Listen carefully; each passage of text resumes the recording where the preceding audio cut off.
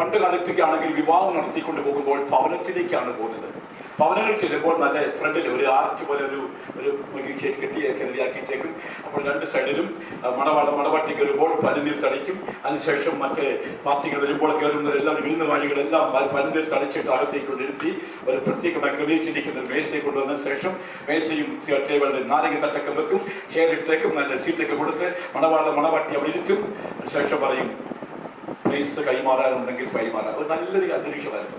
ചില പാത്രം കൊണ്ട് അല്ലെങ്കിൽ നെയ്യ് കൊടുക്കും, പ്ലേറ്റ് കൊണ്ട് കൊടുക്കും, അല്ലെങ്കിൽ ക്ലോക്ക് കൊണ്ട് കൊടുക്കും. കൊടുത്തിട്ട് മണവാട്ടി കൊടുക്കുമ്പോൾ അവർ ഒരു നാരങ്ങ എടുത്ത് കൈ കൊടുക്കും. ഒക്കെ എല്ലാം കഴിഞ്ഞതിന് ശേഷം പറയും മണവാട്ടിയും മണിയറയിലേക്ക് പ്രവേശിക്കാൻ പോവുകയാണെന്ന് പറയും.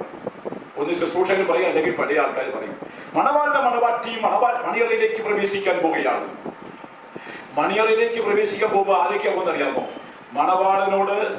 മണവാളൻ മണവാട്ടിയുടെ കരം പിടിച്ചു പോകും. ആ മണിയറയിലേക്ക് പ്രവേശിക്കുന്ന മണവാളിനോട് മണവാട്ടി അല്ലാതെ എത്ര സ്നേഹിക്കുന്ന മാതാപിതാക്കൾക്കോ അല്ലെങ്കിൽ സഹോദരിക്കോ അല്ലെങ്കിൽ സഹോദരനോ സ്വന്തക്കാർക്കോ അല്ലെങ്കിൽ ഫ്രണ്ട്സ് അല്ല കൂട്ടുകാർക്കോ ആർക്കും അവിടേക്ക് പ്രവേശനമില്ല.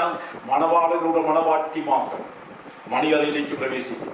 ഒരു മണിയറ നമുക്കായി ഒരുക്കുന്നുണ്ട് ഈ മക്കളെ. അതാണ് പുതിയ യെരൂശലേം. യോഹന്നാൻ 14:2. എന്റെ പിതാവിന്റെ ഭവനത്തിൽ അനേക വാസസ്ഥലങ്ങളുണ്ട്, ഇല്ലെങ്കിൽ ഞാൻ നിങ്ങളോട് പറയുമായിരുന്നു, ഞാൻ നിങ്ങൾക്ക് സ്ഥലമൊരുക്കാൻ പോകുന്നു.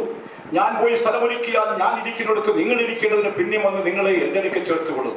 ആ മണവാളനായ കർത്താവായ യേശു ക്രിസ്തുവിന്റെ ഇഷ്ടം ചെയ്തുകൊണ്ട് കൽപ്പനകളെ പ്രമാണിച്ച് മാനസാന്തരപ്പെട്ട ജലസ്നാനം പിതാവിന്റെയും പുത്രന്റെയും പരിശുദ്ധാത്മാനാമത്തിൽ അഭിഷേകത്തിന് കൈക്കീഴിൽ മുടികൾ സ്നാനം സ്വീകരിച്ച് മാനസാന്തരപ്പെട്ട വ്യക്തികൾ അവരുടെ പാപത്തെ ഏറ്റുപറഞ്ഞ് ഉപേക്ഷിച്ചിട്ട് മുടികൾ സ്നാനം അഭിഷേകത്തിന് കൈക്കീഴി സ്നാനം സ്വീകരിച്ച് പരിശുദ്ധാത്മാവിന്റെ അഭിഷേകം പ്രാപിച്ച് വിശുദ്ധിയോട് ജീവിക്കുന്ന ദൈവമക്കൾ, വേർപാട് പാലിക്കുന്ന ദൈവമക്കൾക്ക് വേണ്ടി ഒരു മണിയറ തുറക്കും. അതാണ് പുതിയ യെരൂശലേം.